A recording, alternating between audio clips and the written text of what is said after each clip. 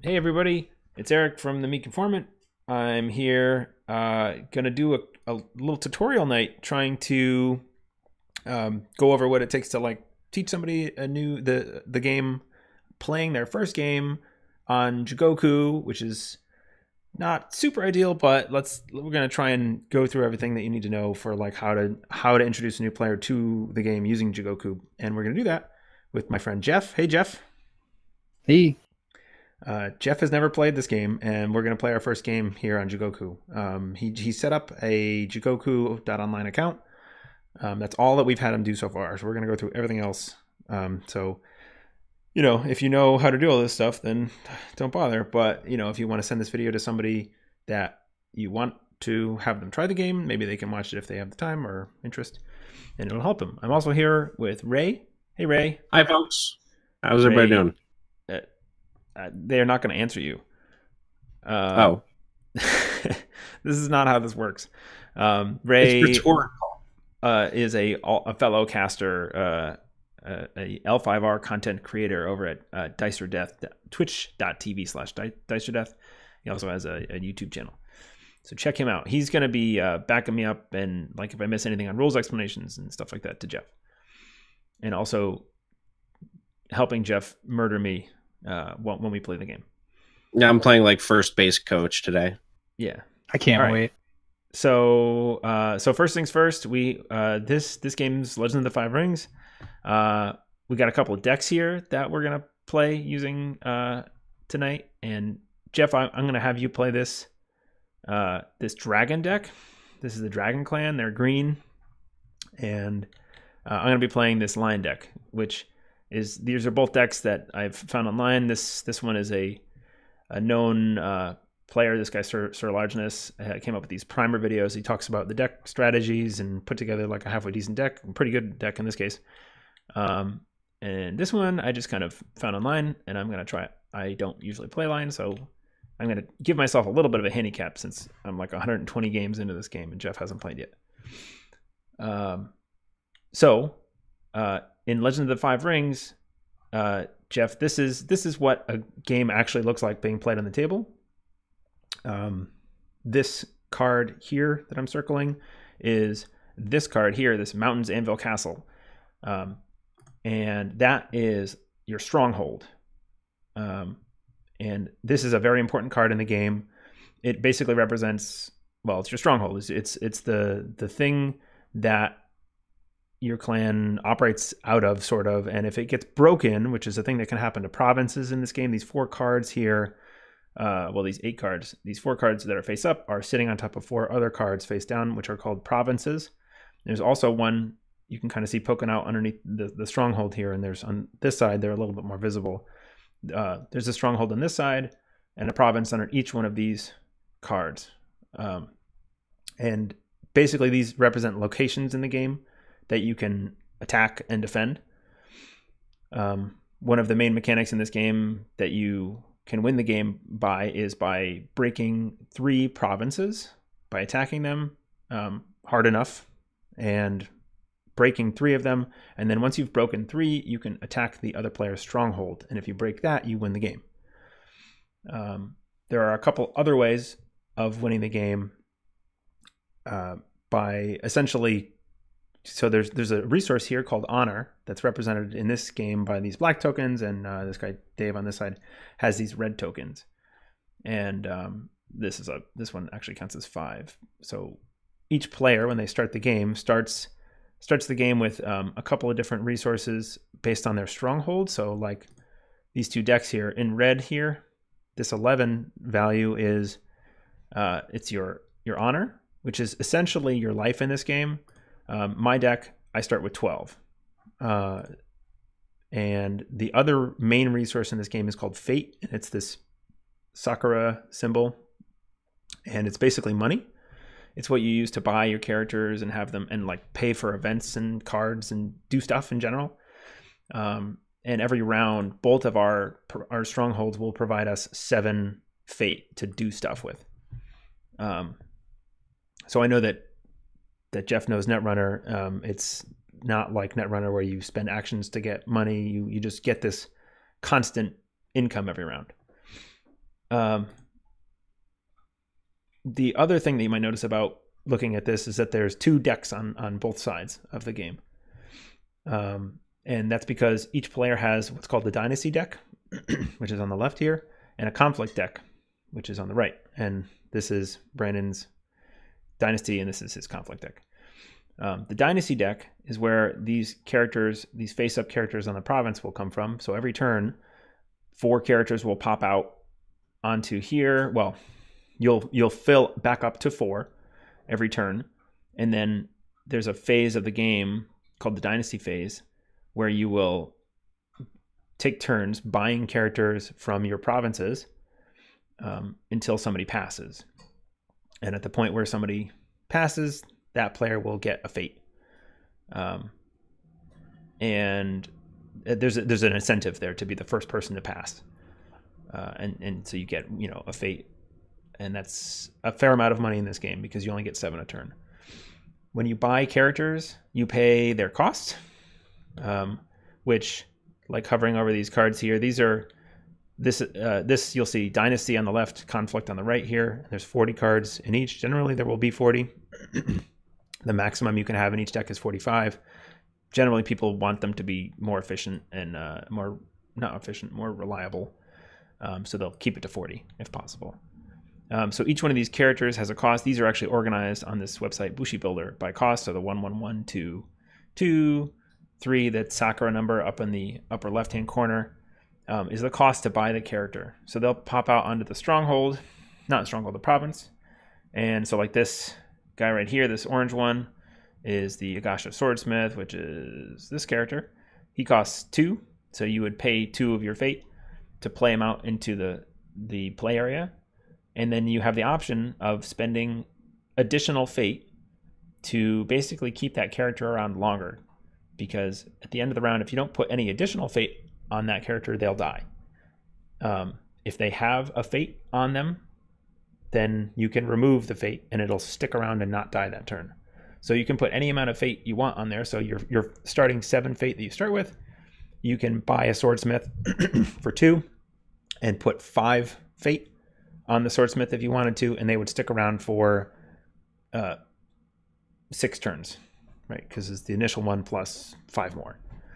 Assuming nothing else happens to the fate that's on that character, which things can happen.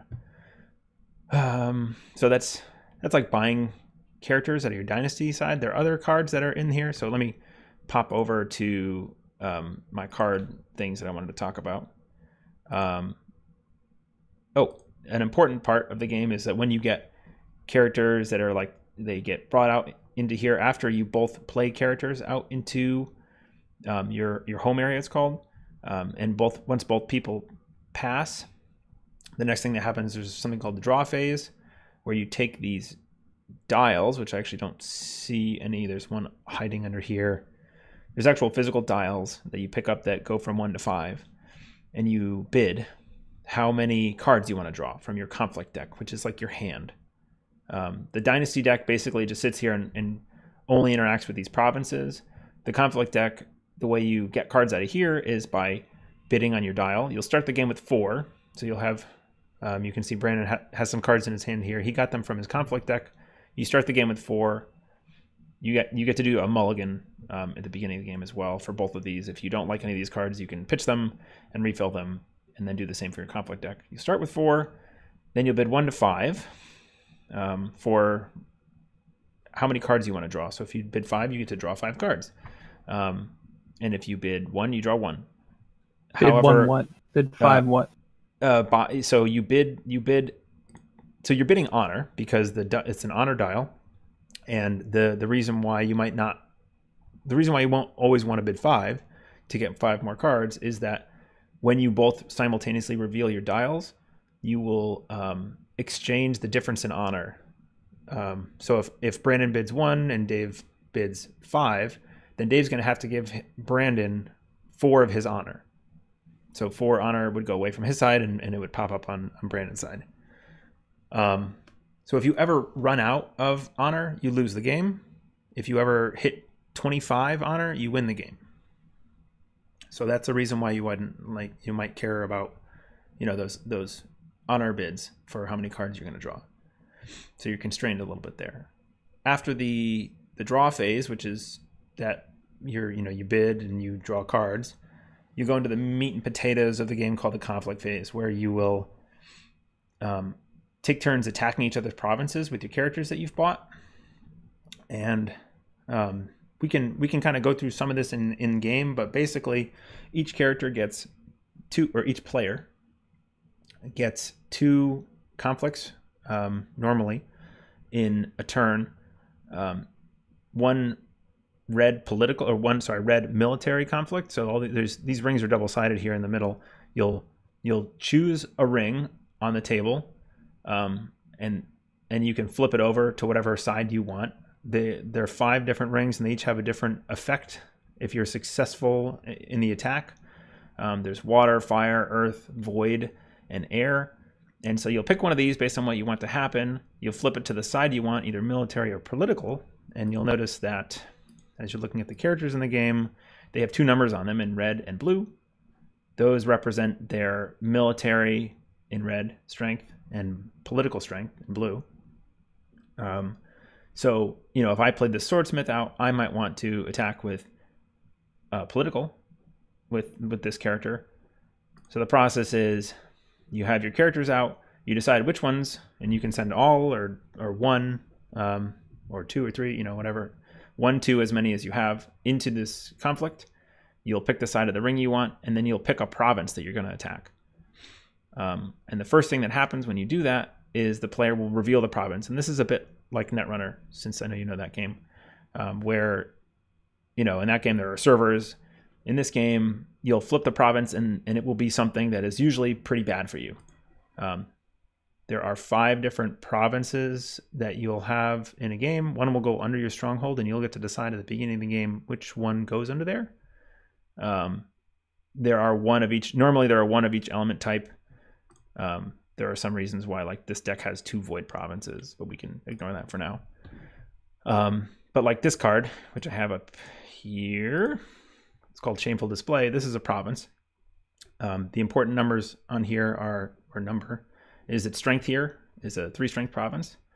So when you attack with a 2 strength character, you're assuming there was no defense at all, you wouldn't be able to break the province because you're not strong enough. But if you somehow increase the strength by 1, you would then be able to break the province in order to advance the game state towards winning.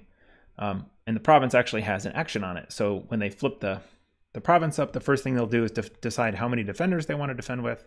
And then after that, they'll get a window to do an action or play a card or just do something. And then you'll get one, and then they'll get one, and it'll go back and forth until you both pass, and the conflict will be over. At the end of the conflict, if your strength is great, so the province strength in this case is 3. If they say defended with 2 strength, then they would be at 5. If you then attacked and actually got 2-5, then you would break that province. So you have to be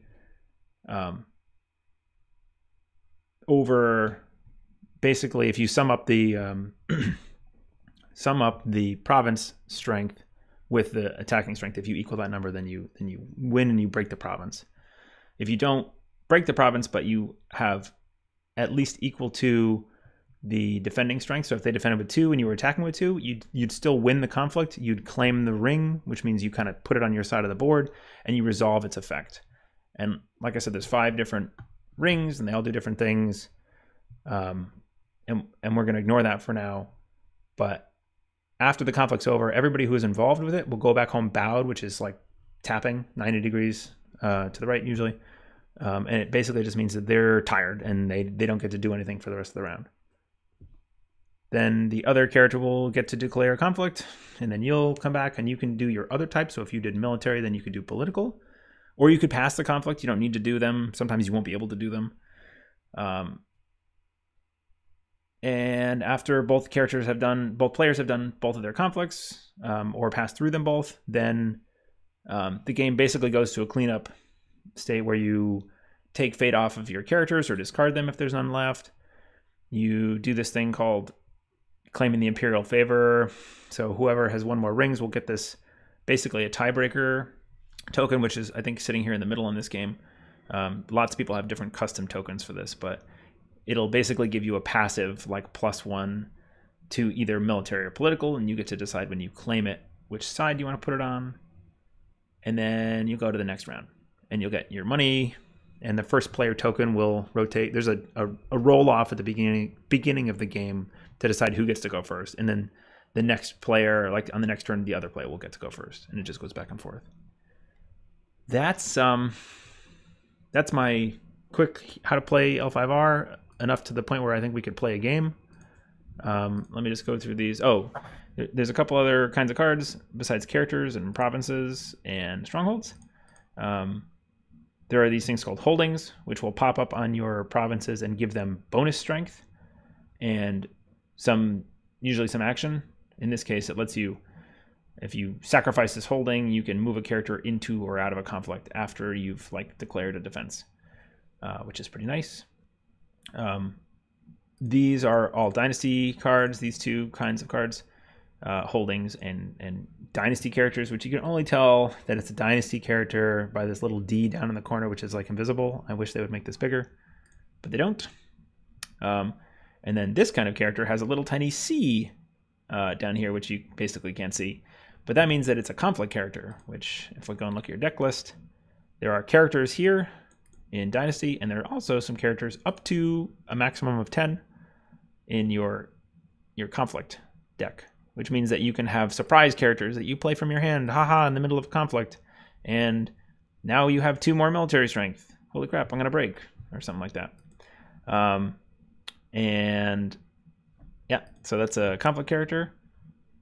They are otherwise not super important as far as like no different than a regular character. Oh, another number I didn't mention was this thing here. This one is called Glory. He has 1 glory. This tattooed wanderer has 0 glory. If a character is so like this action, it says shameful display. During a conflict of this province, choose 2 participating characters, honor one of those characters, and dishonor the other. Well, when a character is honored, you put a token on it and says honored, and they get a +1/+1 to like a +1 military and a +1 political. So it'll get stronger. If a character is dishonored, it gets a black token usually on it. It says dishonored, and you'll get a -1/-1. So this number is both good and bad. The tattooed wanderer can't be buffed up, but it can't be debuffed, which is good. Another type of card that you will have in this deck are called attachments. You have 16 attachments in your deck. It is important for your clan in particular. Dragon, their stronghold has an action on it that has to do with attachments. So this card is an attachment. It's called Fine Katana, and you basically slide it under a character, and it gives that character a +2 military strength. It also is restricted, which means that no more than 2 restricted card attachments can be on a character. And then the last kind of event, or last kind of card, is called an event. You can see the names of these under here, like this says attachment, this says character, this one says event, which are basically like instant cards. They happen, and are resolved immediately and then are discarded. And it's basically, it'll just say like do something. So this is an action that says during a conflict, choose a participating character, and that character gets +2 military until the end of the conflict. You may lose 1 honor to resolve this ability twice. So you can do it again. So you can get +4 military out of this card if you sacrifice an honor. So honor is like kind of a resource, a third resource in this game, or second. And then this is just like a couple of important cards for this match before we play it. This card in particular, Assassination, is very important to know about because you can just have a really bad time if you don't know about it. So if you read it, it says, during a conflict, lose 3 honor. Choose a character with the printed cost of 2 or lower, and this is important, 2. Discard that character, max 1 per round. So when you're in a conflict, you can just drop 3 honor, even if you have no money, no fate, and you can kill a character that is 2 cost or lower. So the Swordsmith here, the Maya Mystic here, the Mendicant, all these cards, the Initiate and the Doom Shigenja, I can just kill instantly. But anything that has at least a 3 cost, I can't do that. So that's just something important for you to know about. I don't want you to like put all of your money on a Doom Shigenja, or you can't do that one technically, but like a swordsmith, and then I kill it, and then you just quit the game and never want to play again. It's like the Netrunner boom. Yeah, I don't want to write Netrunner Scorched Earth you on your first game. And then this card is called Charge. Your deck doesn't have it, but mine does. There it is. I got 3 of those in there. And normally you can't get characters from your provinces into play during the conflict phase, like once you're actually fighting. It's just during the dynasty phase up front. But this card lets you, during a military conflict, choose a character in one of your provinces and put that character into play in the conflict. So they just jump in, they charge in. So I can have somebody on my province and then they just join the battle. Do you have any questions before we start getting started on Jigoku from what I just said? Let's do this, man. You're going down. All right, cool. So I'm going to copy and paste this deck list into our Discord. So what you're going to do, I'm going to do this with mine. You can watch me first if you want. I'm going to both the deck lists. Yeah, I just sent the dragon one over, but why don't you just watch how I do this real quick? Once you have the deck list loaded up in the webpage, you can click on this Jigoku export button. It'll automatically copy it to your clipboard in the right format. You go over to your Jigoku. Once you have an account set up, you go to decks. And you click on new deck. You will name it, and this will be called Teaching Lion. You name the clan that you're playing. So Lion Clan, in this case, I got to go look to see. I think this is Unicorn Splash. So the only way to easily tell this is to see what this symbol is here. This is purple. So that means that this is a Unicorn Clan Splash. So I didn't mention, but this isn't all lion cards. It could be lion, neutral, and one other clan can be in my conflict deck. I can pull in cards, these purple cards here and here and here, each have this little influence token counter thing. So I have up to 10 influence that I can spend, and it looks like this person is 13. Sorry, 13 influence, and they've used all 13. Anyway, you go over to what your alliance is. People call that your splash, and then you just paste the deck into here and say save. So let me know when you have done that. All right. So looking at my deck, I have a. That's Crab Splash. I should say that. Crab Splash. Yeah. They don't like put that in word. I mean, it says dragon / crab. So, yeah. So I see dragon / crab. Right. Which is the little. But you're telling me this is crab? No, it's a dragon deck. So right, your in the new deck interface, your clan will be Dragon Clan. Okay. And then your alliance will be Crab Clan. And then name it, and then just paste that stuff into the cards interface.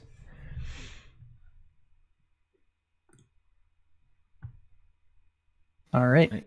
You're good to go. So the one other thing to do, if you go to the help menu before you get started, and you go to wait a second. No, if you go to your over on the right next to the number of games is your name. If you go down, click in there and go to profile, you should see action window defaults. Let me know if you see that. I do. You want to click all of them. Just have a checkbox in all of them, because by default they assume you don't want to do anything during the draw phase or conflict or regroup phase, which will make things go a little faster, but you can miss important things. You probably don't really care. Oh, wow, I didn't even know you could do this. That's cool. You can set backgrounds. I'm going to be dragon. You didn't know you could do that? No. That's wow. Sick. Thanks, Ray, for telling me. I just kind of assumed. I wonder what my background has been for all this time. Anyway, once you do that, click over to play, which is next to decks. Yeah, I didn't save at the bottom. I didn't? Oh, no, this isn't important at all. Dragon. No, I hit save. Yeah, I hit save. Oh, yeah, I got to hit save at the bottom. And then it says, yeah, save successfully. So go over to play. I'm going to make a new game. And I'm gonna do password of poop, which is important. Classic. Always classic. Always important to do that. And then normally, yeah, whatever. You don't need passwords too much, but since we're recording here, so you should see my game pop up at the bottom of Jigoku, like the current. If you click on play and scroll down to the bottom, you'll see mine.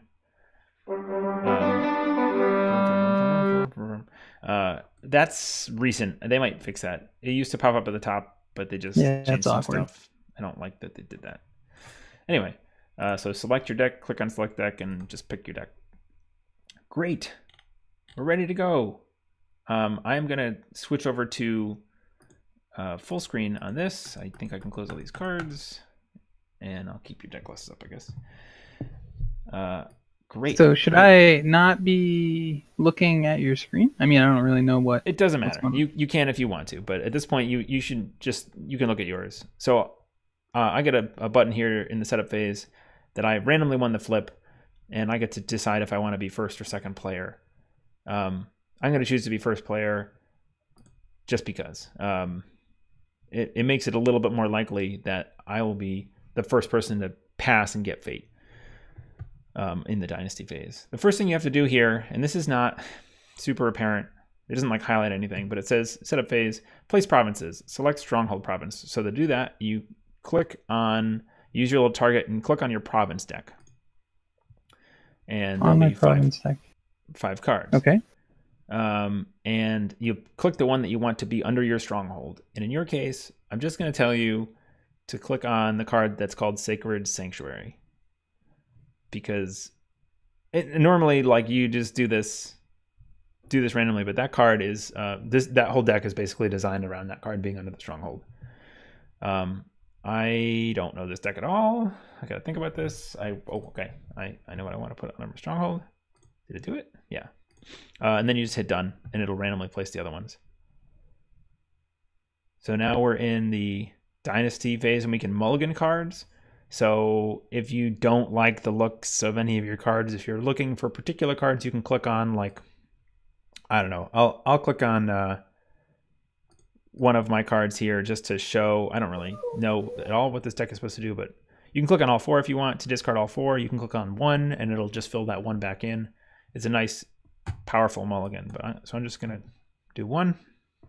Is there a way for me to make the cards show a little bit larger? So if you control scroll, you can zoom in and out.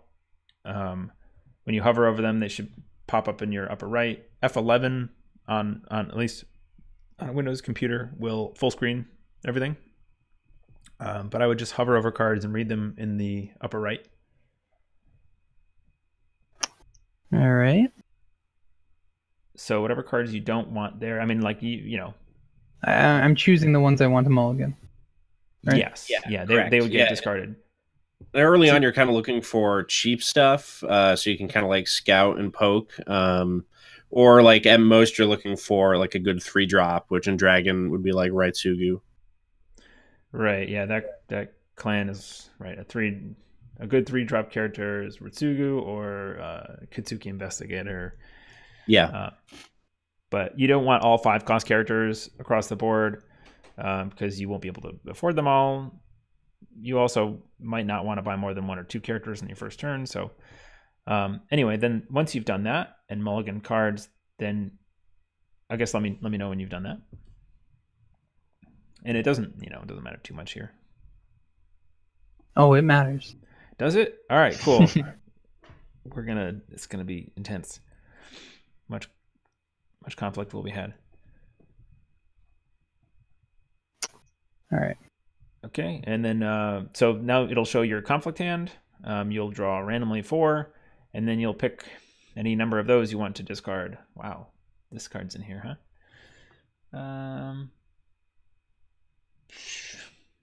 Yeah, I'll get rid of that one, I guess. I'll get rid of that one. Cool, and then once we've done that, which we both have, it'll flip over all our cards, and we're ready. We're starting the game now in Dynasty phase, which, since I'm first player, means that I get to play cards out of my provinces and fate them. So you got a couple initiates, and a swordsmith and an investigator, which is pretty good. It's a pretty good drop. Flop. I am going to. Oh man, I don't play this claim very much, and I don't know what half these do. If your bid is lower than your okay, sure. I'm gonna play a tactician's apprentice. It brings up an interface to say how many extra fate I want to put on it. I'm gonna put 2 extra fate on this guy. So you can see the 2 popped up. That means this thing's gonna be around for 3 turns if nothing else happens. Okay. So then it's on now you. I have Dynasty Phase play cards from provinces. Click pass when done. Yeah, so you click on a card you want to play. You click and on I how have many. 7 fate. You start with 7. Right? Yep. Yeah. So I have 4 left right now.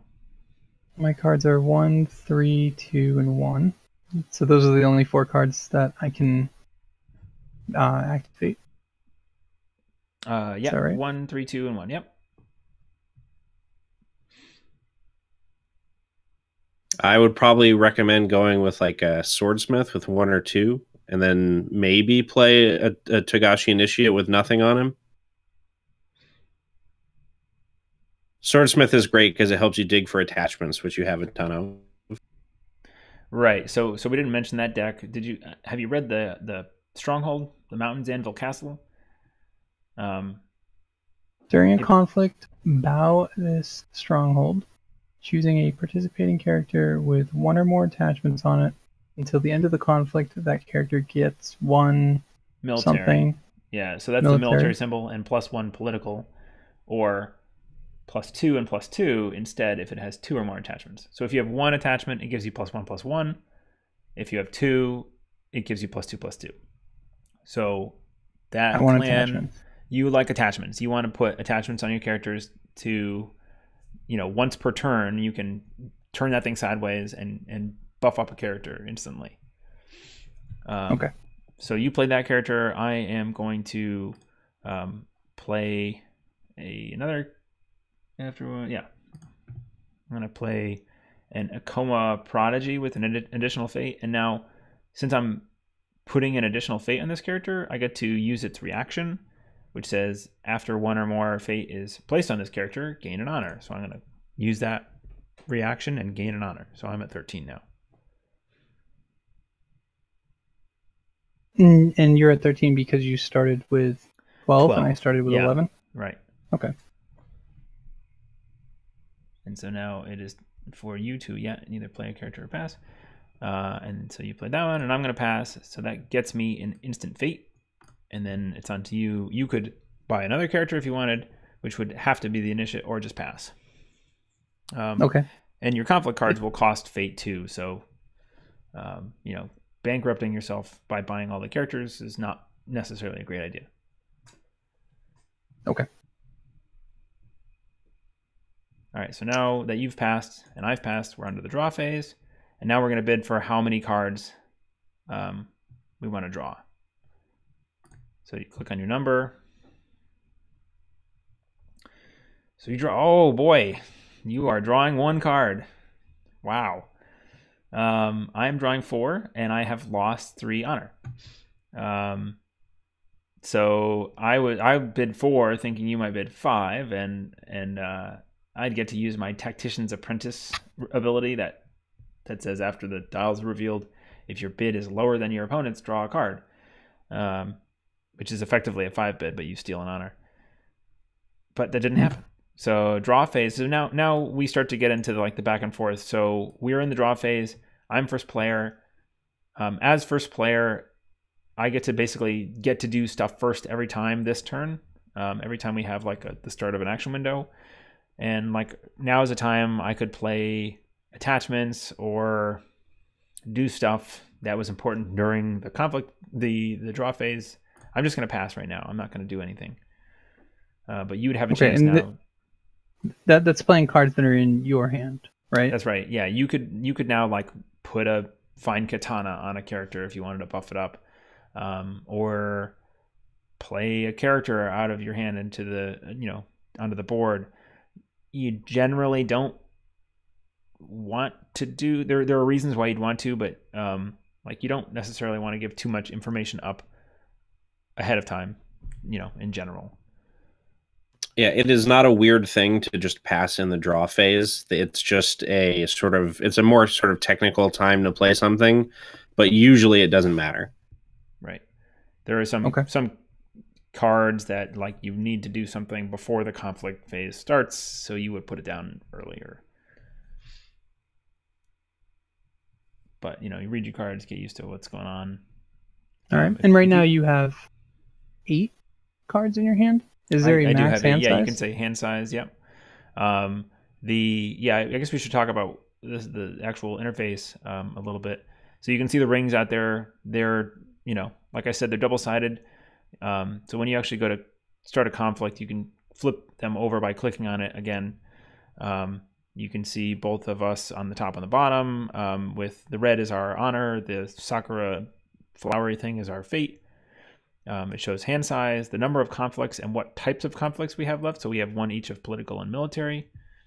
And then I have the first player symbol marker over my character, and then we have our honor dials. You have a 1 and I have a 4. We also have these, like your side, you have this card called Seeker of Void, and I have this card called Keeper of Earth, and they're sort of like a pseudo, not a stronghold, but they're like an ability. Like we have these reactions that we can do, and they affect our deck building. Like because I'm a keeper role, I got more influence to build this deck. Because you're a seeker role, you get to have 2 of the void. Since you're seeker of void, you get to have 2 void provinces in your row. So you can choose your role based on. There are rules that change based on like tournament legal play decisions and all that stuff. But right now, that's a valid role for you. You have 2 valid roles at any given time that you can pick from for when you're building decks.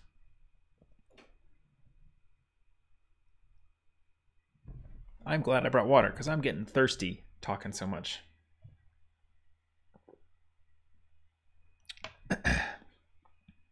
And right now I'm not in a conflict. This is simply... This is draw phase. We're just kind of doing some... basically a window to do some stuff if you wanted to do some stuff. Like put down stuff onto the board is the main thing. But if you pass, we can get to the meat and potatoes.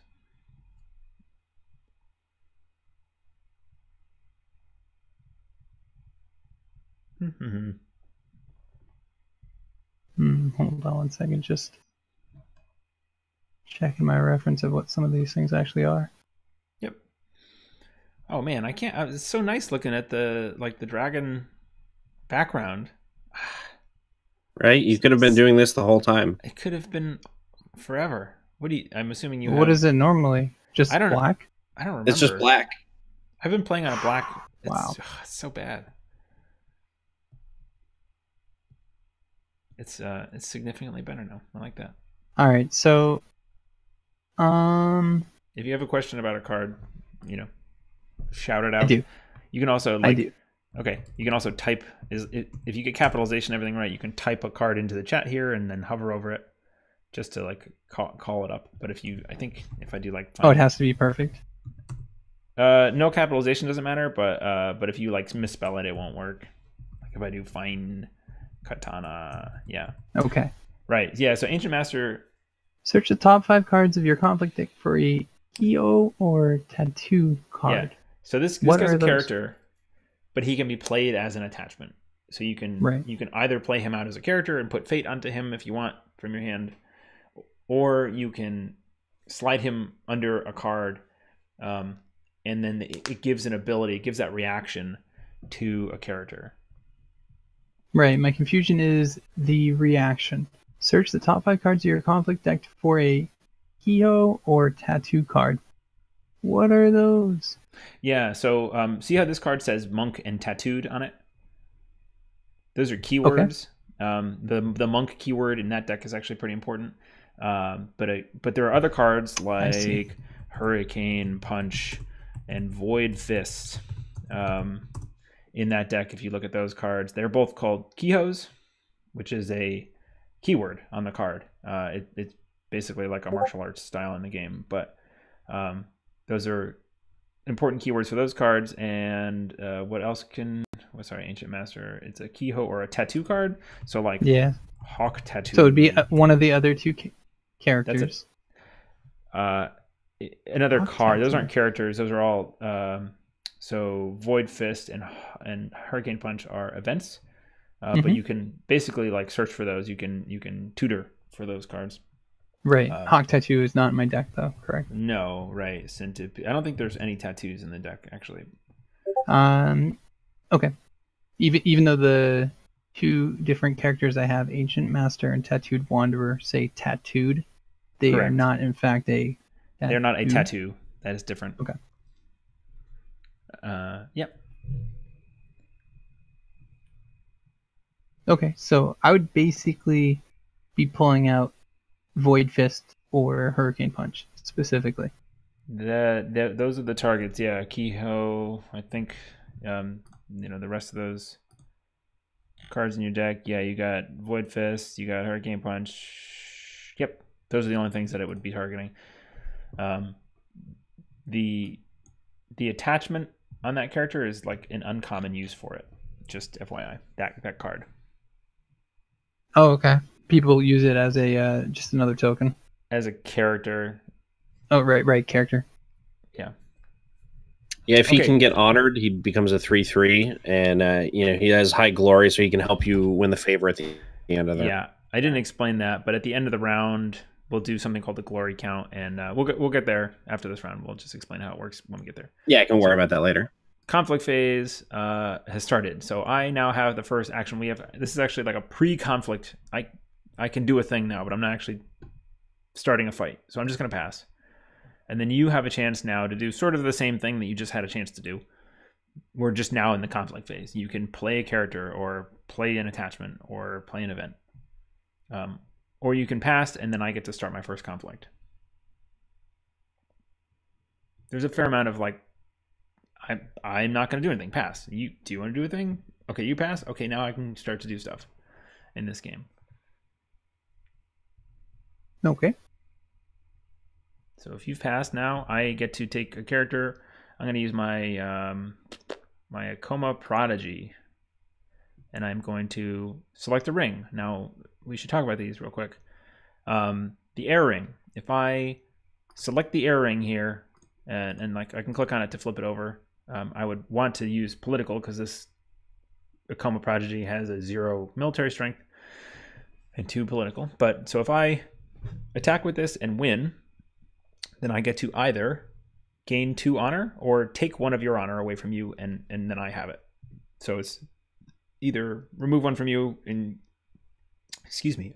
remove 1 and just take it, or gain 2 from the pool, not from you. So is this how it always is, or is that specifically that ring? That's the air ring. Okay. The earth ring, this one, is if I win the conflict, I get to draw a card and I discard a card from your hand randomly. Getting down to no cards in hand is not it's just a problem because you don't have cards. It doesn't kill you or anything. Likewise, if you get through all of your deck and you have to shuffle it, you don't die. You just lose 5 honor. Either deck. The fire ring. If I win a conflict with this, I get to choose a character on the board and honor it or dishonor it, depending on any character. I can do that too. So that's nice and pretty straightforward. The void ring is also very straightforward. If I win this ring, then I get to pick any character on the board and remove a fate from it. So that 2 fate on your Gasha Swordsmith, if I won the void ring, I could remove it and it would die a turn sooner. The water ring is the most complicated one, I think. But if I attack with it and win, then I can either bow any character on the board who has no fate on it, and that clause is important, the not having fate on it. So like I couldn't attack with the water ring and bow your swordsmith because it has fate on it. Or you can unbow any bowed character. So if I first attack with this fire ring and then you don't do water, and then I attack with a water ring, whatever character I attacked with in the first conflict would be bowed, and if I won, I could stand it back up to defend with or something. Yeah, and the water ring also doesn't let you like not bow. So if I attacked with this prodigy and then did the water ring and then I won, I can't like just not bow because of the timing of when the ring resolves. So basically when you pick it, there has to be a bowed character already, usually to use the effect to stand somebody back up. Anyway, I'm just gonna go for the Earth Ring here. I'm gonna go political, and I'm gonna use this prodigy, and I'm going to attack, I don't know, this province, and I'm gonna start my conflict. And it reveals that it's a pilgrimage, which would cancel all ring effects unless I break it. So now first thing you want to make sure you click on your Seeker of Void card, because this is a Void province, so you get a fate for him flipping this up. Right, yes. So the Seeker of Void... How do I see that it was a void? Is it... Oh, the icon in the bottom corner? Right-hand part of the card on the province. It's a tiny little symbol okay. That says Void. And basically you just end up knowing this after a while, but the Seeker of Void card says reaction after a Void province you control is revealed, gain a fate. So that's a pretty nice thing for you. You get to just gain a fate. So if you click on, Seeker of Void, there you go. So now something important is that, like that reaction that you just used, unless a reaction, an interrupt, or an action says like twice per round or unlimited or something on it, it's always going to be one time per round that you can use it. So now that ability is used up. If I went and flipped your other Void province, you wouldn't be able to use it for that reason, because it's used up until next round. And that's the case with everything like your Swordsmith's action, which that's a thing you could have done during your draw phase. I forgot to mention. You can do it now too after you declare defenders. But the first thing you need to do now is you declare defenders, and then you as a defender get to do the first thing in this conflict. You get the first action because you're defending. Okay. So you are attacking me with 2 political attacks. Yeah. Yep, 2 political. All right. And the 1 fate on it, does that mean that he has a total attacking power of 3? No, that is just for how long that character is going to stay around. So at the end of this round, after our conflicts, that fate will go away, but the character will stick around. If it wasn't on there, like your initiate, at the end of this round, it's going to die because it has no fate. Gotcha. But it doesn't affect the stats at all. Now, Pilgrimage is a funny province because, like, if you don't defend this and I can't break it with cards in my hand, then basically nothing happens and I wasted a turn because Pilgrimage shuts off the ring effects. So I won't be able to do the draw a card and discard a card from the Earth Ring. Gotcha. But if you don't defend, then it's easier for me to break it. If I can.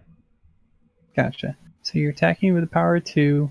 Pilgrimage has a defense of 5. 5. Right, so right now I need to get 3 more strength to break it. And I can either let you go through to it, or I can choose the Agasha Swordsmith or Tagashi Initiate to... Or both. Or both to participate. Right. And once they participate, they get... bowed. Tapped? Okay, bowed. Yeah, they'll bow, and then you won't have... you'll if you have that Ancient Master, you could play him to then go attack or something if you wanted to. But otherwise, you'd basically, if you didn't have any more conflict characters in your hand, you would have to sit there and do nothing while I attack you. And I can help you with a little bit of meta knowledge here. That Lion is a super military focused clan, so he probably doesn't have the pumps in his hand to get over 5. So with Pilgrimage, it's kind of okay letting him just swing at it. Okay. Is there any downside? Go ahead. I was just gonna say, are you okay, Ray? If you're wrong right now, does that make you feel okay if you're wrong and I kill it? Oh man, mind games. Lessons learned, These mind games. Is there any negative effect with you attacking with the? Sorry, I didn't mention this. With the prodigy. Can you lose your card? So this character will bow. Something we didn't mention though is that if you don't defend a conflict, a province, then by default you lose an honor at the end of the conflict. If you don't, at the end of the conflict, if you don't have any body in the fight, then you lose an honor because it's a dishonorable thing to just let your provinces be attacked. Okay, and how much honor do I have? Right now 14? you have 14. It's not really an issue for you right now. Okay. And so, say I were to defend with the Gasha Swordsmith. Yeah. How does that? How would that look right now at face value? You're attacking with the attack power 2. I have a political power of 2 as well. Right. So I would need to get 5 more strength into this conflict to break it. Does anything happen? So the only like outcome from that would be both of those cards or characters are bowed. Yeah. But they don't go away, right? Correct. Not till the fate phase, which is at the end of the turn. We'd start to pull fate off characters and kill the ones that don't have any. Okay. Yeah, unlike Magic, characters don't actually like hurt each other when they do battle here. They just kind of go and fight each other, and then they bow on their way home. That's a good point. I forgot to mention that. Ray, you're so useful having you here. It's great. Yeah, man, this is a complicated game. It's really complicated. All right, I'm gonna bait into an unclaimed ring. All right, I'm gonna choose defend with the Togashi Initiate. Okay. So you've defended. You hit okay. Once you're done choosing your defenders, you have to like confirm. Did I not? I hit done. Oh, I'm sorry. No, you did. You did. Yep. It's into the conflict, and now you get the first chance to do, take an action or pass. So, yep, that is correct to just pass because it's on me to get up to 6 strength, and we'll have it. I will be able to react. Like if you are able to come up to 6 strength, and do I have another? Yeah, we'd go back and forth. Window too. Okay. Yep. We go just back and forth and back and forth. I'm just gonna pass because I don't. Like Ray said, I can't get over the top of 6 strength. So both of our characters. That's a bluff. Whew. Well, I told you. Maybe I could have gotten up to 5, but 6, no. In this case, or maybe I just don't want to, waste cards early on in the game, right? So now pre-conflict. This is going to be your first conflict. Since I'm first player, get a chance to do something. I'm just going to pass. And bring it on over to you. Okay, so what are my options? So right now I would probably use that Agasha Swordsmith to look for cards and draw some attachments. So you just click on the Agasha Swordsmith and it'll bring the interface up and it'll highlight the valid targets that are all attachments in there. I see. There's an important card in that deck called Reprieve, which is an attachment, and it basically says at the end of the round, whatever character it's attached to, if it would leave play, then discard that attachment instead, and the character sticks around for another turn. That's a great one to have. It's not something you want to play on like your Togashi Initiate, which costs you 1 fate. But if you get a character like a big 4 or 5, or maybe even a 3-cost character that has a bunch of attachments on it and is really strong, then getting that thing in the game for 1 more turn is pretty key. It also protects from being killed.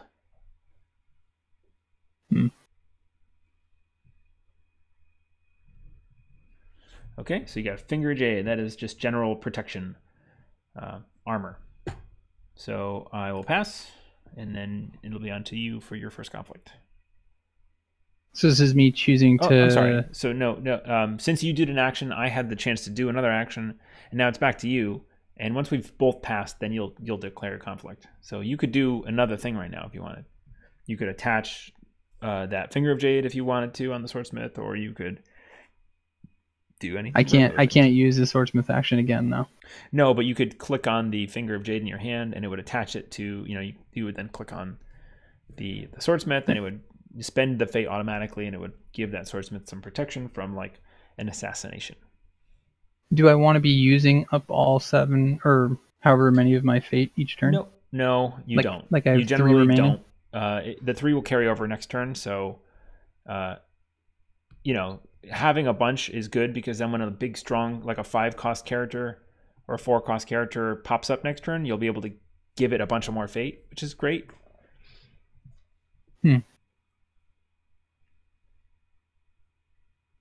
Good questions. It's the good stuff, man. And the Finger of Jade, is worth noting, it'll protect the character from stuff like Assassinate, but it'll also protect you from, if you're swinging into provinces that do something bad to the attacking character, it can also block that kind of stuff. Right, like that Shameful Display we were talking about, where it'll honor a character and dishonor them. It'll just cancel that whole action. And it'll give you the opportunity in Jigoku. So I'm going to pass back to you. So it's back to you to do a thing before your conflict, or pass. There you go. So what I was saying before, Jigoku will highlight that card whenever there's a valid window for you to do it. The rest of the screen will turn kind of dark gray, and it'll highlight that card and say, like, do you want to do this? Do you want to react now? Because now's the time, which is kind of nice. Okay. It also makes you lazy when you play it in paper, and you forget stuff. You mean they make a paper game of this? Yeah. Hey, got him, everybody. So the point now is to hook you on the fantasticness of this game, and then I've got a link to a used collection on the sheet that I found today that I'm going to send your way after this. One of us. Okay, so there are 4 rings remaining. Yeah. Right. So I've claimed the Earth Ring, even though it didn't resolve the effect. I won that fight. Oh man. So Water Ring here, if you were to attack with the water, you could stand your Togashi Initiate back up for your next conflict. Void Ring, you could remove, one of the fate from my Akama Prodigy, and then it would die this turn. The Fire Ring, you could honor your Swordsmith, or dishonor one of my characters to make them a -1. They're both 1 glory. And then the Air Ring is just honor, which at this point in this game is not super important. So I would probably avoid the Air Ring. Okay. Unless you wanted to like try and get to 25 honor, but that deck is not really built to do that.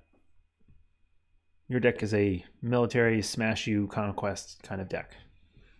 No, not necessarily just military, political and military. So the proxies that I do see, when do they come into play?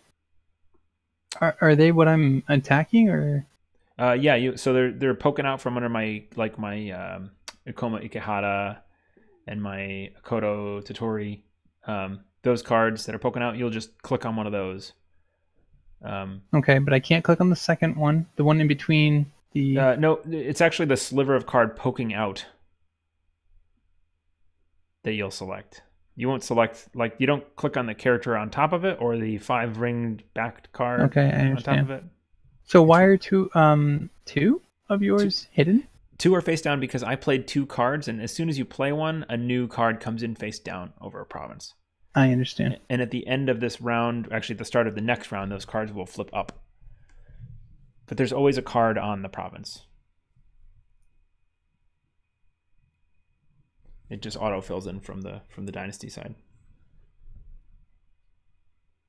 Okay, so the cards that are face up on it aren't a factor for me. Those are the cards that I didn't buy this round. Right. Oh man, big decision. Eeny, meeny, miny. So before you click the button here, something else that's important is if you break a province, and then I would just. The Jigoku shows it by flipping the province 180 degrees. If you break it, you get the opportunity to discard whatever card is on top of it. So by attacking that province, if you break it, then you could kill my Akodo Totori before he ever gets into play. So that's important to know. Yeah, I mean, that's clearly why I chose that one. Yes. Okay. Solid move. It's solid. Choose attackers. This is where I choose an attacker. Yeah. There you go. Initiate the conflict. All right, cool. You're attacking me. You're politically attacking me, which is good because the swordsman's got 2, and I have a 0 defense here. Boop boop a doop, and you flipped over a Meditations on the Tau, which lets me remove a fate from a character that's participating, and choose an attacking character and remove a fate. Right, so I can drop your swordsmith down to 1 fate. Yeah, so I'm not gonna. Is there any reason you wouldn't want to do that? No. Sometimes there are no valid targets. Like if you were just attacking with your initiate here, I wouldn't be able to use it because there's nothing you can actually take anything off of. So I'm not going to defend because I want to attack with my Tactician's Apprentice, and it would give me 0 in this conflict. It would just stop the honor loss from not defending. I am not. So my first action is just going to be use the Meditations on the Tau to steal the honor off of your thing. Now you could right now use the Finger of Jade to stop that. It's probably not the best thing to do, but it's something that you could do. It might be the best thing to do. It's hard to say because you don't know like what other things that I have that I could do to that swordsmith. Okay. So you have decided not to do that, and then it's your action. Conflict action window. Okay. So I have 2 political attack. However, right, your province is 4. Oh man. So this is where I'm looking through my cards going, I definitely planned out. Right. So have an additional 2. Something that is worth remembering is that if you get a second attachment on that swordsmith and then use your stronghold, which is also commonly referred to as the box, your box, for reasons that we won't get into, it will then give you +2 political strength, which would be breaking. And then at that point, I would either be forced to do something to stop you from breaking, or pass and let you break it. If you don't do anything and you pass and then I pass, then all you get to do is resolve the fire ring effect, which is just to do the honor or dishonor.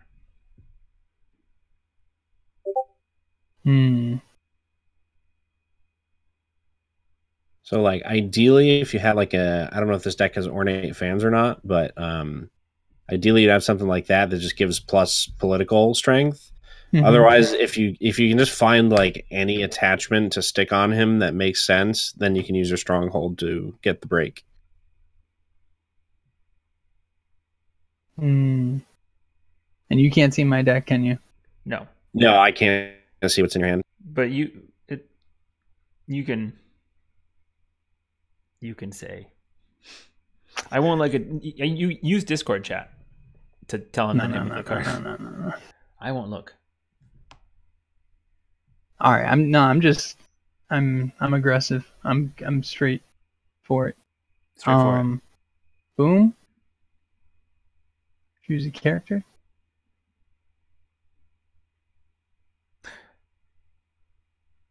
Boom. Oh, all right, go on Bonsai. So now you have the chance. And I want to use it again. Okay, well here's the problem. This is a political conflict. Oh, so I can't even use. I mean, you can use it is the problem, but it's not gonna have any effect. Yeah. Right. So that's military strength you got. So let's do this thing. So this is actually good. So in order to undo something in Jigoku, it's annoying. But so just hit. So it'll give you an opportunity to use that card a third time to do nothing. Don't do that. Just hit pass or whatever it is. All right. So in order to undo this, we click on this manual mode thing down at the bottom. I will click on it. Talking about attacker is winning the conflict. You're winning it, yeah, but you want to undo that.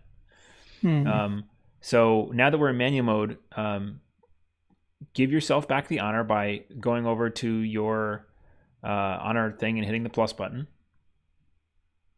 Like this? That's it. And then drag the card from your discard pile back into your hand physically.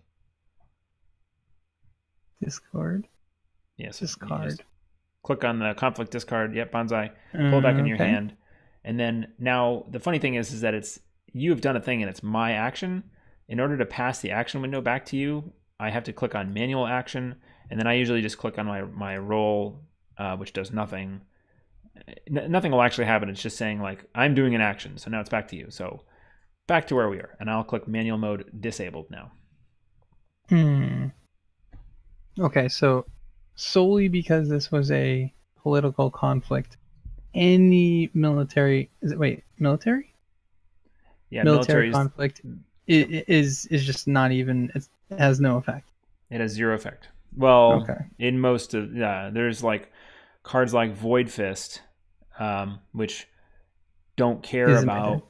Yeah, it's in your deck, and it lets you like send characters that I have home bowed, and it does care about military strength in a political conflict, because we might be in a political conflict, and you're like, okay, that's great. I'm stronger than you, so I'm punching you home, even though you're politically strong. But it doesn't count towards the resolution of the like, did you win the conflict or not?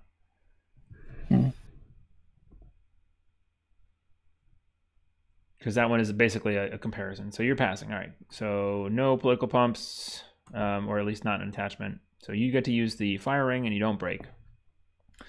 So the fire ring, you just click on a character you either want to dishonor or a character you want to honor. So if you dishonored my Tactician's Apprentice, it would be a 0/0. You can't become negative, really. Or if you honored your Swordsmith, you would be a 2/3 next time you get to use it. So it goes 0/0 because it has a 1 on the middle right side of the card. And yeah, the glory. Yep, that glory number basically it's my, your reputation. How much of a reputation does this character have? So if it's an honored character, it's really like everybody knows it, and it's all very, stronger. I don't exactly know how having a reputation. Maybe that's a bad explanation, because like. All right, and does this persist across rounds? Yes, it does. Also, when a honored character leaves play, so if you honor a character that's about to die, when it leaves play, you get an honor. In your 14 right now, it would go up to 15. If you have a dishonored character leaving play, you lose an honor. So that's a way for somebody to kill you if you have low honor, and then they dishonor a few characters that are about to die, or dishonor a character and then kill it.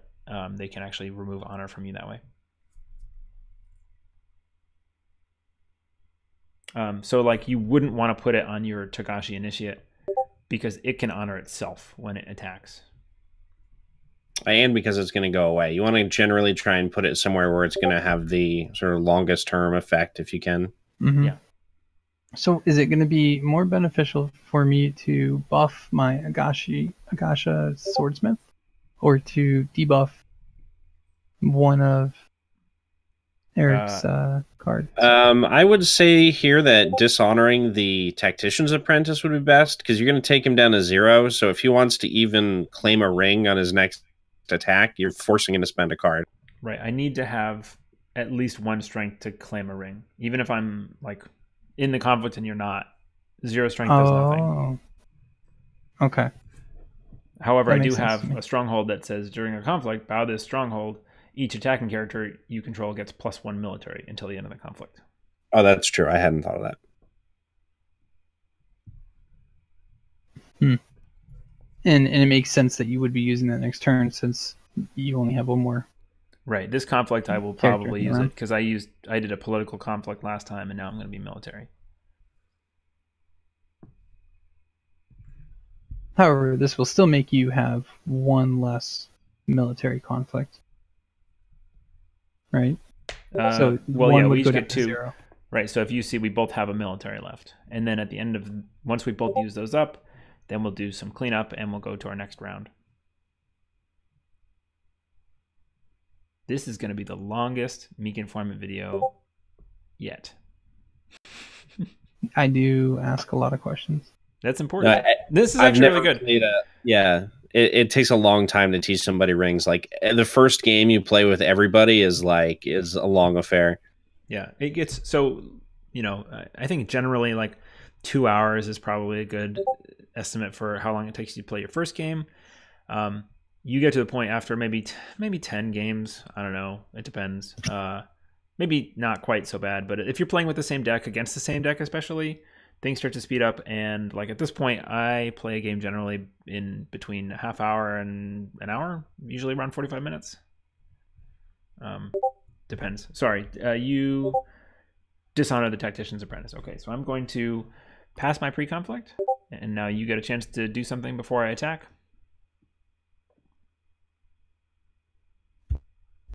I'm getting a lot of Discord notifications. I hope that that is not recording, but it might be. So if so, I'm sorry, everybody. Am I in streamer mode? I'm not. How do you do it? Oh, shush, everyone, shush. Where is streamer mode? Streamer mode. Enable it. Good.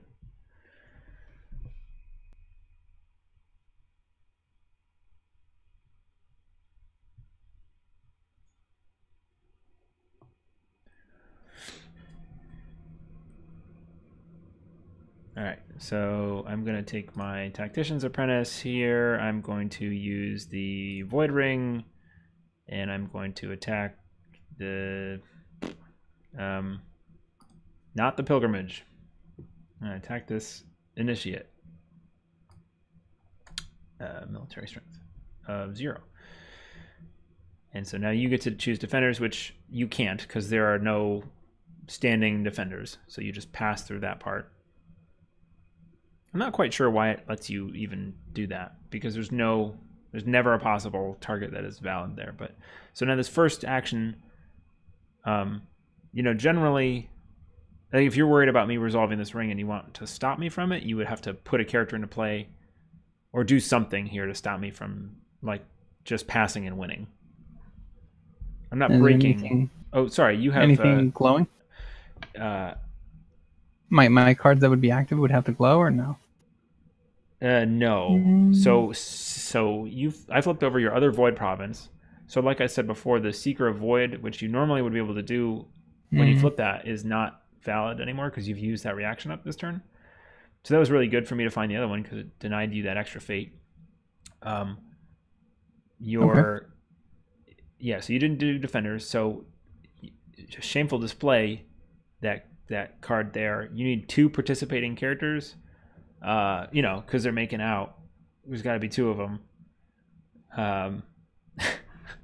Is that why it's a thing? I think that's how it works. Yeah. Nice. So my swordsmith and my initiate are making out. No. So, well, it could be.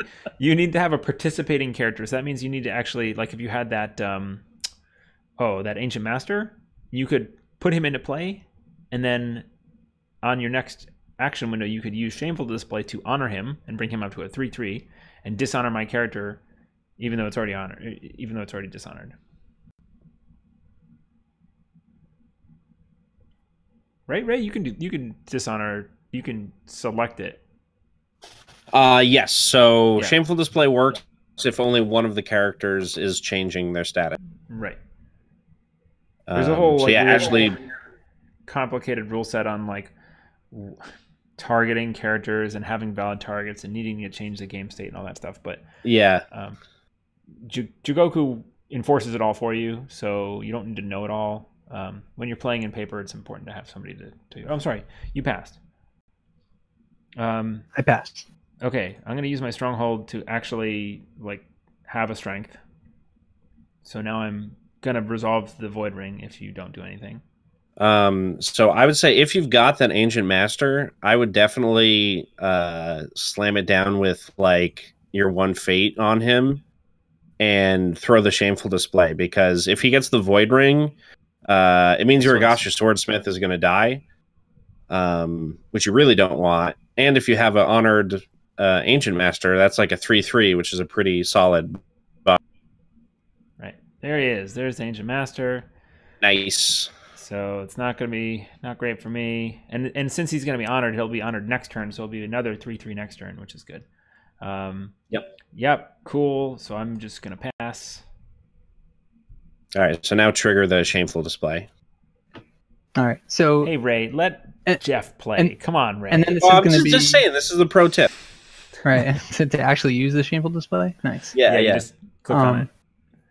And so just to check, this would also be an opportunity for. Oh, he doesn't have an attachment. If he had an attachment, I could use my Mountains Andal Castle. You could, but by using the Shameful, you get to the point where you're winning, and then you don't need to do anything else until I start to win again. Right. Okay. Because I have an opportunity to react. Right. Pay cost first. Yeah, just click on the characters. Has anyone ever clicked that pay cost first? There's no costs for this thing, so I've never even clicked on that. Oh, which one do I click first? It doesn't matter. You just click on both. Select them both, and then it'll say which one do you want to honor, and then it'll dishonor the other one. And do I want to dishonor the Tactician's Apprentice? Is he the only valid one? You want to you want to dishonor the Tacticians and honor the Ancient Master. So it'll ask you to do one or the other. Pay cost first. I'm clicking it. It did nothing. Yeah, it doesn't. There's no cost, so it doesn't do anything. All right, costs have been paid. Cool. So it's changing the personal honor. Choose a character to honor. Yep. So you click your guy. And now my guy is dishonored and yours is honored. So now you're defending with 3 and I'm attacking with 1. So I'm going to pass because that's just too much. So what are you? Are you now doubly Losing. dishonored? No, you can't become dishonored more than once. So there are 3 states. There's dishonored, neutral, and honored. You can't be anything else besides those 3 things. Okay, so this only buffed me. It didn't debuff. Yeah, I was me. already debuffed because of the fire ring. So much shame. It's very shameful. We were making out, and apparently you were the cooler of the 2 people, and everyone approved of you making out, but I was the slut. But you had nothing to lose, right? I mean, you were already shameful. That's so, true. Why not? Yeah, right. Is that what, like the theming of that card? I really don't understand what shameful display. Like why? It's weird. All right. Slut shaming shouldn't be a part of this game. I'm sorry, everyone, for saying that. Whoa. Yeah, it's not cool. Conflict phase. I'm gonna pass because So this is, right. That was me. Just not. I'm done. The conflict's over, and you win it. I'm done with the conflict. Yeah. So you have 2 rings here, and I have 1 ring. You have a conflict left, but probably no characters, and yeah. So you have no way to actually do one. So we're just going to pass. It automatically passed your conflict opportunity as none of your characters could be declared as an attacker. And we're going to go on to, once you pass here. Can I play out all my other characters? Oh, no, I don't have any fate? You don't have any fate. All of your other characters. Oh, geez. Oh, I mean, whoopsie, sorry. Yeah. So, all right. So what happens right here, at the end of the conflict phase, what happens is we do what's called the glory count. And the way you do that is you count up the number of claimed rings on your side. So you have 2 and I have 1. And then in addition to that, you add whatever standing glory you have on the board. So if that Ancient Master was still standing, he would add an additional 2 to your side. Everyone is bowed on the board, so that doesn't happen, that part.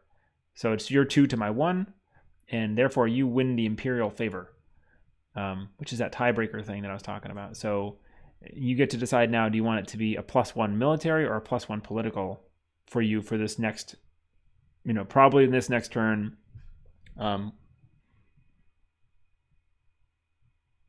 Just the nature of this game, it tends to stay on one side for a while.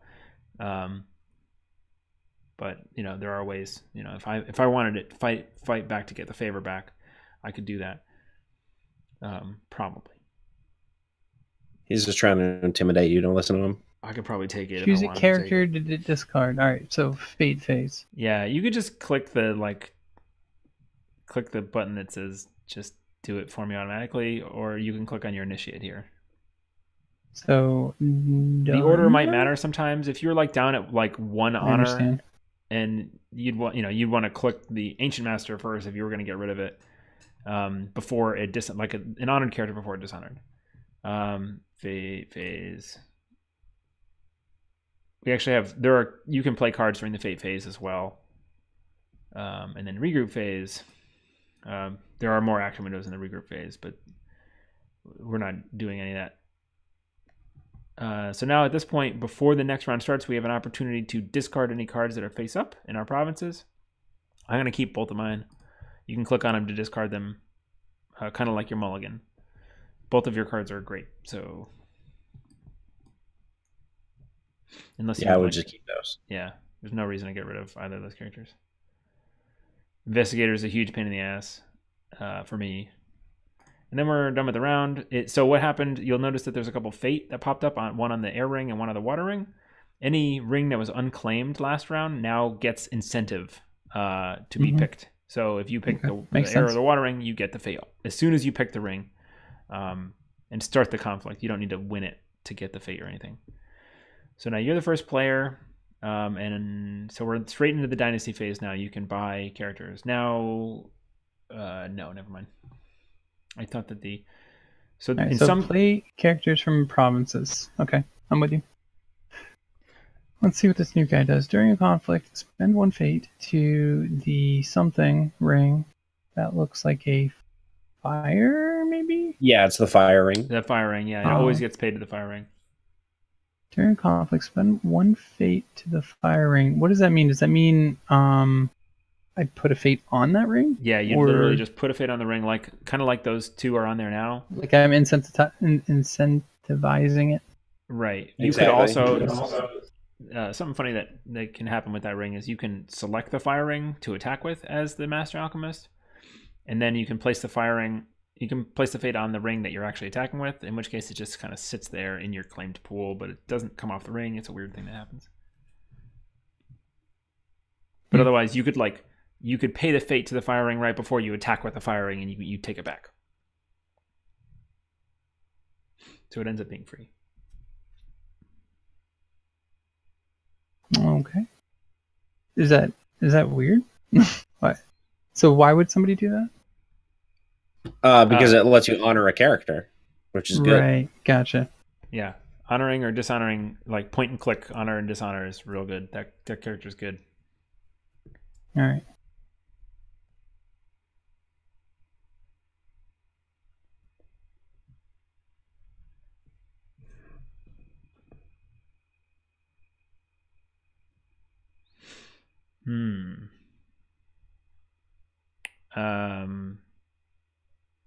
Yeah, so let's play Matsusuko over here, and I'm gonna put we got 10 fate. I'm gonna 3 fate this character. So it's to you. You can either you got 1 fate left. You can either buy that initiate or pass. And if you pass, you get it. You get the first passing fate. Oh, you did it. So I could buy a mystic if I wanted to, or pass. I'm gonna pass. So now we're gonna bid.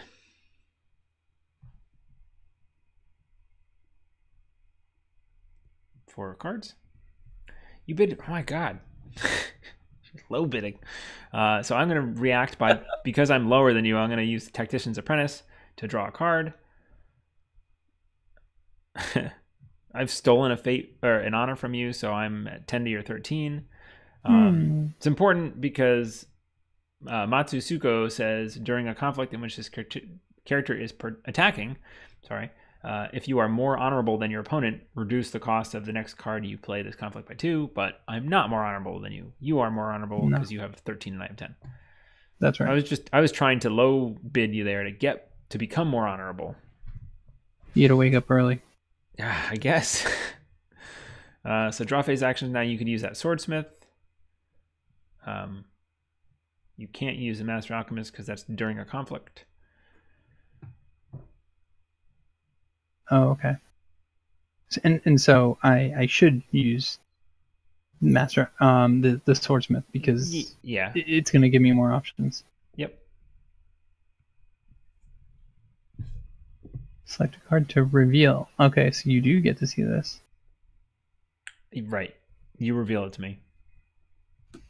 A reprieve. All right. So just go ahead and puff my chest out. Nice. And so I've passed, and then you could do still my turn. Yeah. Oh, right. This is all pre-conflict. You're going to get to be the first to choose a conflict this turn. So now, by the way, that water ring that has a fate on it has a target to bow on my side. If you attacked with it, you could, if you won, you could bow my Akoma Prodigy by resolving it. Or, you know, if it hangs around and doesn't get resolved, then you know, if you could attack a next turn with it, you could stand whatever character you attacked the first turn with back up.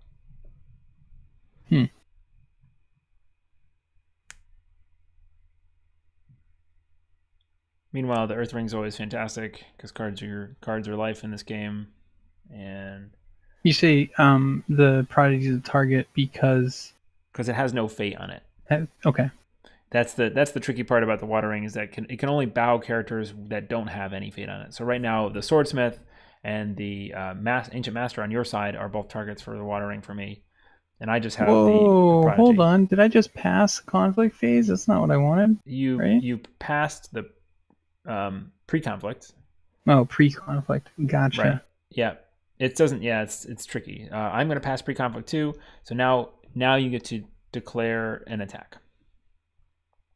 That's an annoying thing. If you accidentally pass your conflict, you can fix it in Jigoku, but it's kind of annoying. So just as a new person on Jigoku, you got to be careful about that. The fixing it basically, I think, is going into manual mode and like increasing the number of conflicts you have, and then like passing back to them for theirs. It's annoying. So we've got an air ring. You don't want me to be more honorable, huh? Mm-mm. Mm-mm. It's not my style.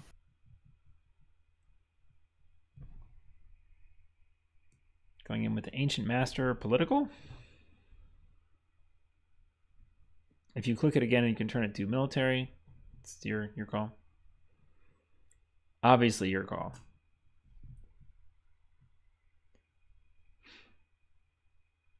Ray, you still awake over there? Yeah. You talking about me? Ray. Yeah, I'm here. Hi, Ray. Yeah, I didn't want to direct which type of conflict he should get in, lest I be accused of backseat piloting. Well, I think you appraised him of his tactical options here. Yeah. I just wasn't sure if you fell asleep. This is riveting stuff, though.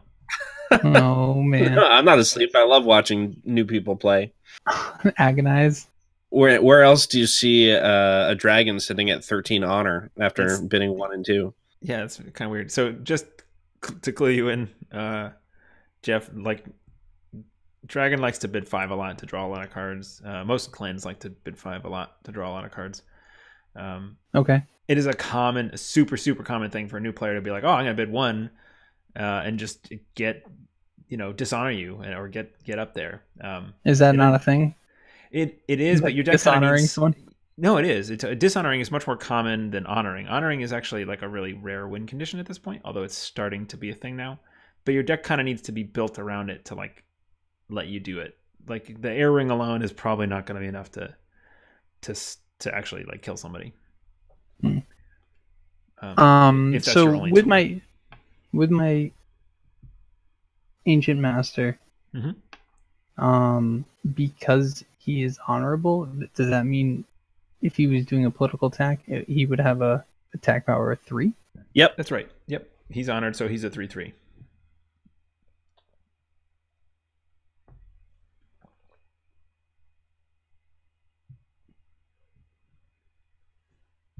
I think for the sake of the video, we'll probably go through like this turn, and then we'll end the video, just so we don't have like a super long thing. But we can play it out after that if you want.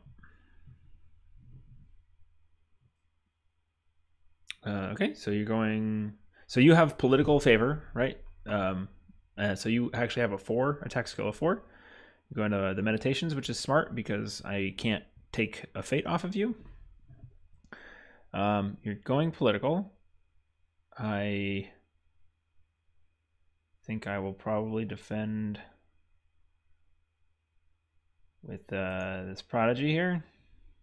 What gave me the extra?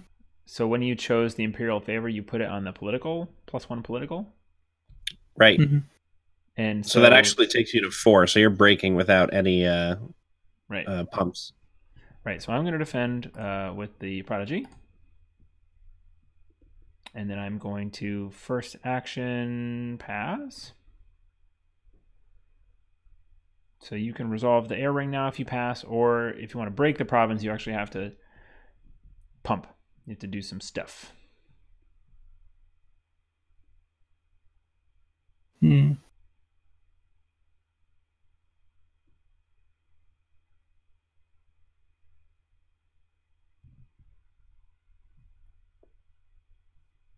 right, I just don't got it.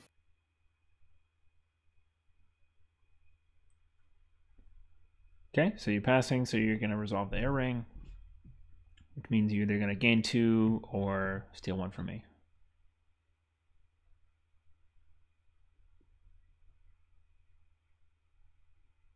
Gain 2 honor. Take 1 honor from an opponent.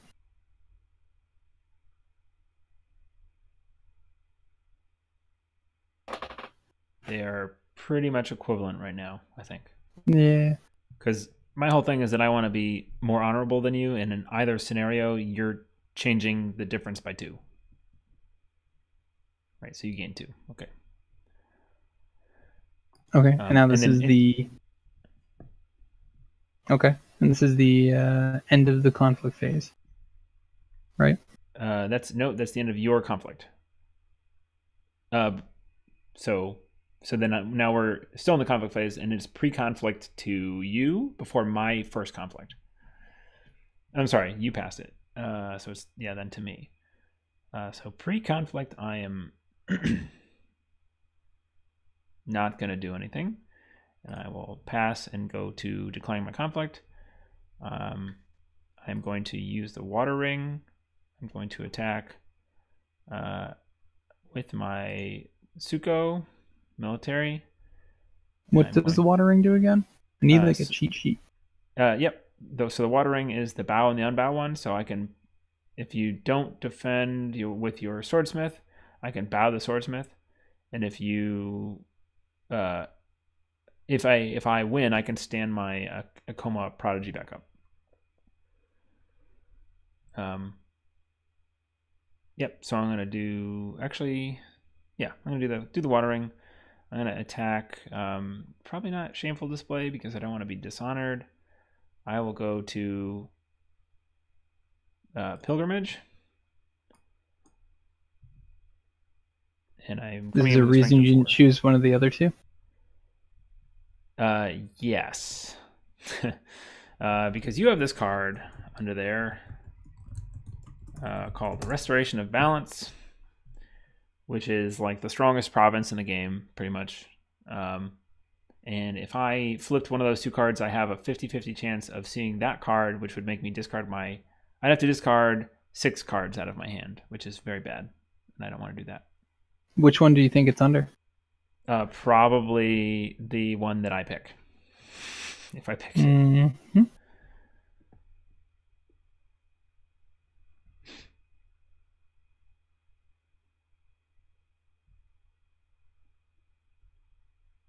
And that's just obviously because I know that deck and I know, what I could be looking out for.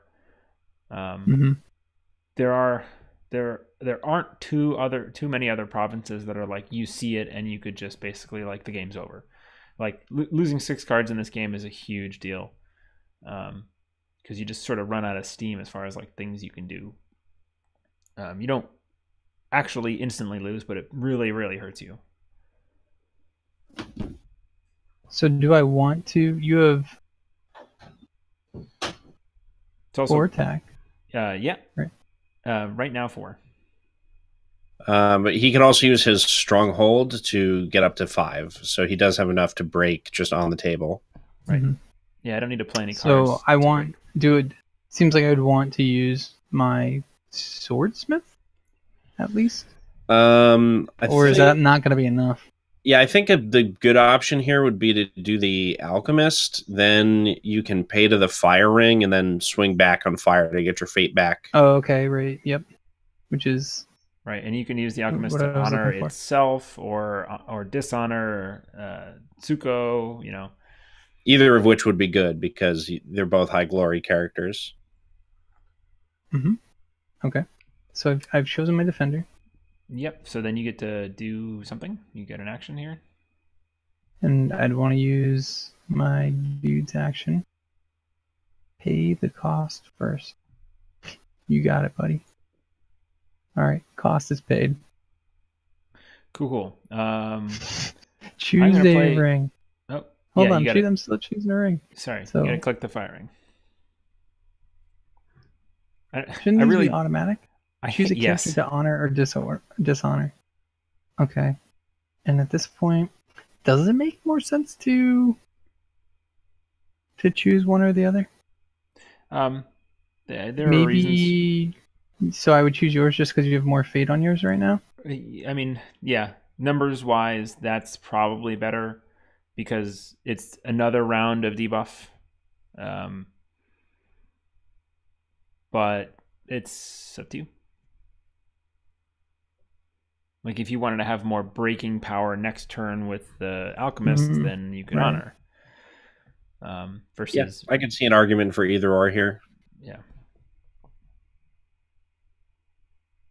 Also, your character is leaving play sooner, so if you were chasing getting more honor, then that's a way to do it. But that's kind of neither here nor there.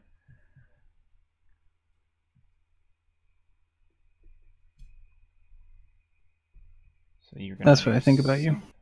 Wow. I'm gonna play a card called Sashimono, and I'm gonna attach it to my Matsusuko. Oh boy. Yeah.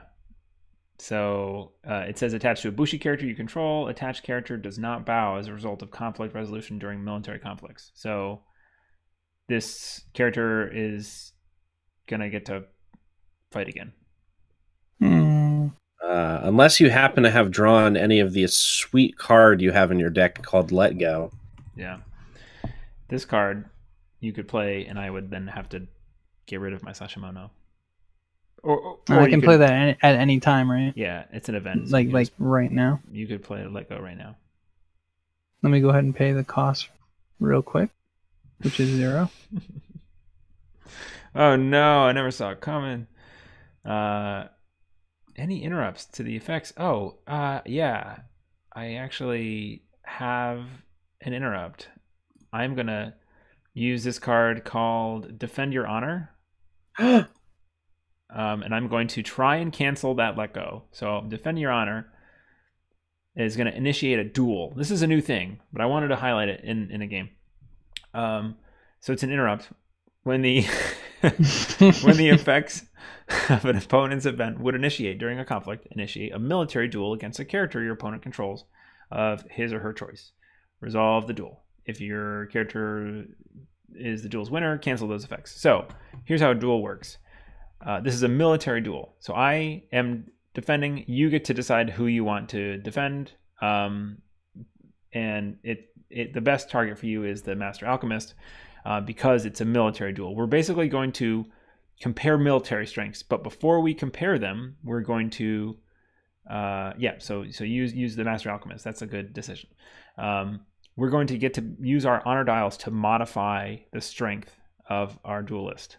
And then reveal them, and then whenever we reveal the honor dials, we'll do that honor exchange thing, just like on drawing cards. So let's see, my character Matsusuko is a 4 cost character, so a 4 strength rather, 4 military, and you are a 3+2, so you're a 5. So you're actually able to win this if you bid 5. But if you bid 5 and I bid 1, then I'm going to get 4 honor from you. So I will be up to 14 and you'll be down to 11. I don't like that.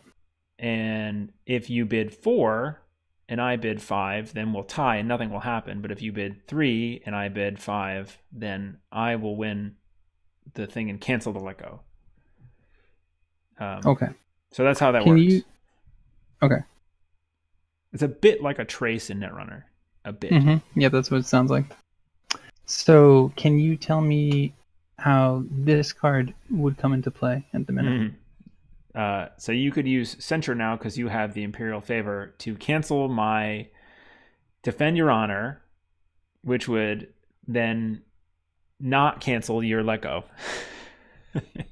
Yep. It's Inception. It's Cancelception. So you're going to use Censure. I'm going to Defend Your Honor. Oh my god. Censure? The Censure. So we're going deeper into the time is slowing down by a factor of whatever it is, 10 every time. Right? We have to go deeper. I hope everybody stuck around for this, the highlight of this teaching moment. I wasn't prepared for this moment. So now we have a cancel duel that if you win, all of the other cancel duel's gone and everything unwinds. But if you lose, then the other one's not canceled, and then we'll resolve the second duel. Or the first duel, rather. So first we're just deciding dueling over the Censure cancel. Oh no, auto passing. So yeah, I need more time. I need more time. Oh yeah, don't worry about that. That it doesn't actually auto pass for you, as far as I'm aware. Ray, have you ever seen that thing auto pass on you? No, I've let the bar run up and it didn't auto pass. So yeah, it doesn't do it. Maybe there's like a box you can check that says like yes, actually auto pass, but it just counts down and it makes you worried. Yeah, I trying to pressure panicked. you, man. I panicked. Okay. Yeah, it just wants you to play already. God. Yeah. So now we get to do our bids. Honor bidding. Yep. Choose your bid for the duel. You have 4 and I have 5 currently. Yeah.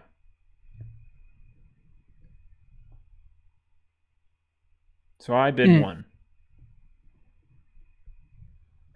So I get to react with Tactician's Apprentice because we revealed bids and I'm lower than you. So I get to draw a card. Tacticians, where do I see that? It's my character that's dishonored. I see that. Okay. So then so you won that one.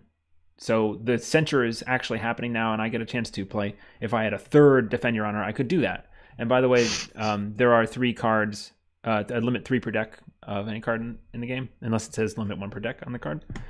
So I would have quit. I would have flipped the table. I wouldn't have. I'm going to pass, and so the Censure does stop the second Defend Your Honor, and your Let Go is now affecting the Slashimono, and I'm going to pass through that, and it's actually going to get rid of it. Yeah, so that all happened, but now I'm more honorable than you, so I'm going to use Matsusuko to make my next thing that I do cost 2 less.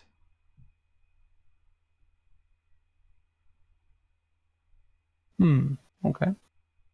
So I've applied a lasting effect. So conflict phase. Military water conflict. Attacker 4, defender 5.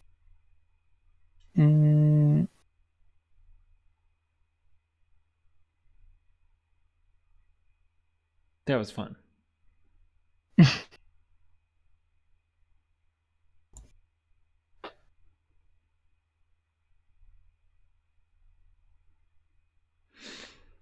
Cool. So you pass. So I'm going to attach another Sashimono for free this time to Matsusuko because of her ability. Yeah, hate to see this kind of thing happen, folks. That was fun. That was some cool Yeah. That felt pretty silly. So you pass. So you're actually winning. Can I actually get up above on strength to resolve the watering? I'm going to play... God, really? Yeah, I'm going to play a Shinjo Ambusher with no additional fate into the conflict. And I'm going to react, I guess. It doesn't matter. It doesn't actually do anything. His reaction says, after you play this character into a conflict, the attacked province cannot trigger its abilities this conflict. Pilgrimage doesn't actually have any triggered abilities, so it doesn't stop anything. I just got to click it. So now I'm winning. I'm not breaking. I need another 4 strength to break, but I will get to resolve the water ring at this point. unless you do something.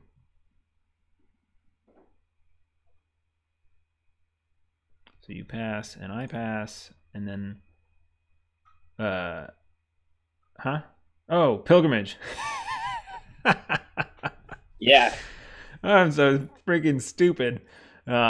Pilgrimage cancels all ring effects during conflicts at this province. So the water ring did nothing. That was great. It was all for naught. It was all for naught. That's actually the final laugh. Yes, but my Matsusuko is still standing because of the Sashimono, and your Master Alchemist is bowed, that's cool. All right, so initiate an action. You pass. This is going to be your conflict. I will pass.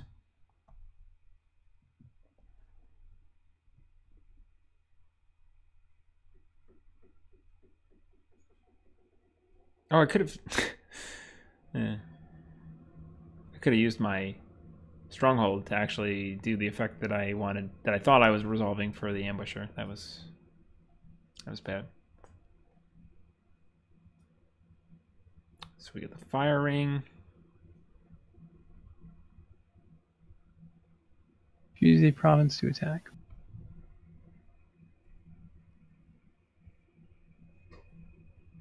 Meditations. Back to meditations. No. Well, I mean, you don't have any fate on your swordsmith, so that's a good thing to go hit. I mean, you know, the other ones are all probably bad for you too. All provinces are bad for you. It's just a question. Yeah, meditations is definitely safe. Yeah. If you can go to a place, I have to make a place, right? I have to attack. You don't need to attack. Yeah. You could pass your conflict if you wanted to. Does that make sense? What is there a benefit? Sometimes, yeah. So in this case, it especially makes sense considering the fact that I have a Sashimono on my character, which doesn't bow in military conflicts, and all you have is a military conflict. So you would attack, I would defend, you would bow, I wouldn't bow. Then I could come and attack you, and you'd have no defenders. So the only thing it would be getting you is that fate off of the fire ring, really. Seems like that's maybe not worth it. Probably not. I think in this case, since all I have is a political attack left, and you actually have a swordsmith with, so, you know, 2 political, and then at least the stronghold to get you to 3, and all of my character has is 3 right now, it's probably good to pass in a scenario. And now it's your turn to... Now it'll be pre-conflict to you again, because you're first player, and then to me, and then if we both pass, then my last conflict. So you said, so it says, you know, conflict 0, but you still have the military symbol on your side, because you can't declare anymore, but you haven't used your military left. That's why it's just showing that. So you pass, I pass. I am going to use Tsuko, and yeah, guess just the Tsuko to take that fate off the fire ring, I think. Yeah. And we'll go... See, this is tricky, because one of those is still Resto, but I only have 6. I'm going to go try and find Resto right now. I wouldn't do that one. I found it. You found it. Oh. So that's good for me, because I only now discard 2 cards, because if I waited till next turn, I'd probably draw, you know, a bunch more cards, and then I would have to spend those. So you just click on Resto to make me discard cards now. Any reactions? Yeah, that means you just click on Resto, because you actually have to use the reaction. It's not like an automatic thing in the game. You as a player need to remember to do it. So I'm going to get rid of a hand-to-hand and a sabotage.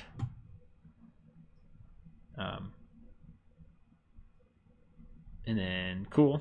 So now it is your chance to declare defenders. So I should choose the swordsmith. Is there any reason not to? The only reason you would not do that, there's no reason, no. Would potentially be to like have a bunch of standing, you know, that gives you another 1 standing glory, but I have a standing glory on my side, so for the favor count, it would make no sense to not defend, really. So you're defending with 3 versus my attacking 3. In this case, since I'm tied with you as the attacker, I win. I'm winning. So if I pass and you pass, I get to resolve the fire ring. It's different than a lot of other games in that sense. Unlike Risk. Unlike Risk. That's right. Boop-a-doo-beep, bop-a-doo-boop. Yeah, so I'm winning. So it's on you.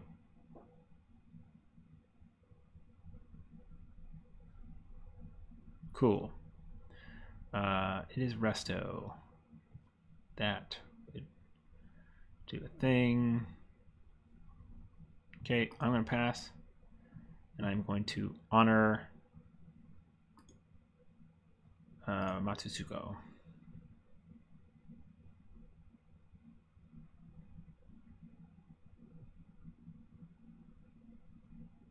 And then we just kind of pass, and I claim the favor there because I had 2 rings and a standing glory. And I'm going to put it on political. Choose a character to discard, or click done, discard all characters. Yeah, so just, you can hit done most of the time in Jigoku, and it'll just get rid of all the characters you care about. If you care about the order, then you would choose them in order. Some players like to get into the habit of always clicking their characters instead of hitting done because... So is this going to get rid of my Ancient Master and Swordsmith? And your Swordsmith, right. Both of them are going away this turn. You'll get an honor. I thought I was going to have a action window where I could use Reprieve. Oh. Yeah, that would have happened. So, I'm not sure how we can... Ray, do you know if there's a way to recreate the character once it's dead? Yeah, I mean, you can just pull it out of the... I think you can just pull it out of the discard pile. We can fix it with manual mode. Or what you can do is just put a fate on it now. That's true. So let's do manual mode, and then I'll click on your Swordsmith and say add a fate. Can I do that even though I have the cursor for choose character to discard? Oh, maybe not. Try. I don't know. Try clicking on it. Probably not. Rip. Okay. Add 1 fate. Yeah. So then we'll turn manual mode off. Then hit your Ancient Master. Hit my Ancient Master. Click on it. Oh, that's interesting. Yeah, that's not what you wanted to do because I still have Fate phase open. I said Ancient Master. That's not the Ancient Master. Okay. we were almost terribly clever. Yeah, we almost fixed it, but just get rid of your Ancient Master. We'll put it back later. So yeah, I'm gonna get rid of my 2 characters. Manual mode is disabled. Great. We'll fix your thing in a sec. As soon as there's another action window, which I think there is after this. So right now you could do it. So let's put manual mode disabled. So pull your Swordsmith out and just drag it onto the board, I think, or maybe you have to put it in your hand. Or it's a Dynasty card. That's awkward. I think you can just put it out onto the board. Yeah, I think you can drag it to the board. Yeah. And pull the from your conflict card. So click on the conflict discard and pull the Finger of Jade out and put it back on there. Play attachment, select target. Yeah, click on the Swordsmith. And then drag the Reprieve out of your hand and subtract a fate. Drag it into the discard pile. Yep, and then -1 fate for the Reprieve. There we go. All right, we got there. Yeah, cool. So I mean, this is good to see because, as a new player, figuring out how to fix shit in Jigoku is really annoying. It can be kind of hard. But so to do all that stuff, you need to have manual mode enabled, and then afterwards you shut it off. And if we both go ahead. If you both click manual mode at the same time, it'll enable and disable because it's one control. It's kind of dumb. Yep, I've seen that or noticed that. What were you gonna say, Ray? Okay. I was just gonna say that the windows for when this stuff gets played can be really finicky for new players. To like, you don't realize when you're supposed to do stuff, and it's okay to like talk to your opponents on Jigoku and be like, "Hey, I'm new," and like most people are okay with doing this kind of manual stuff during a game. Right. Yeah. This is my second game, my first game ever. Like, when was I supposed to play my reprieve? Cool. So that's good. So you just passed then. At this point, we're in the fate phase, so nothing like there's like one card that you would care about playing in the fate phase. Well, now there's two. Regroup. So you just pass. We'll pass. And I think that select dicey cards to discard. Yeah, at this point, I think I'm going to kill the video. So sorry, everyone, you won't get to see the stunning resolution of this game. It is now 12:41 over here. I may need to actually end early on you. Yeah, I'm at that point. Cool. Myself. So this was that's a lot of the game. So the only thing you didn't really get to see is like breaking provinces, which is hilarious because we played two tunes and nobody broke. Like I said, it goes a lot faster on the next time. I hope you enjoyed it. And want to try again next time for some speedier results. And thanks for learning on stream and having everybody watch and shit. And that's cool of you. I appreciate it. Hey, thanks for the invite. And thanks for staying up, Ray, also with us. Yeah, absolutely, man. Thanks for having me on. I always like to try and get new people to play. So yeah. So yeah, everybody go check out Dice. Go subscribe. Go follow and subscribe Dice or Death. His YouTube channel needs some views, so let's rate it. Go over there and check it out. Subscribe. And Ray, start uploading your VODs to the YouTube. Do it. Yeah. Okay. You should. You can set it up to automatically export them, I think so. Well, I have VODs of like when I played dual decks with Dave and stuff. But I feel weird just posting up my random Jigoku games. Why? I want to watch that stuff. I want to see it. You should do it. Like, who cares? Your YouTube channel doesn't care how big it gets, right? So, fair enough. Yeah, you should do that. All right. Okay. Thanks, everybody. Goodbye.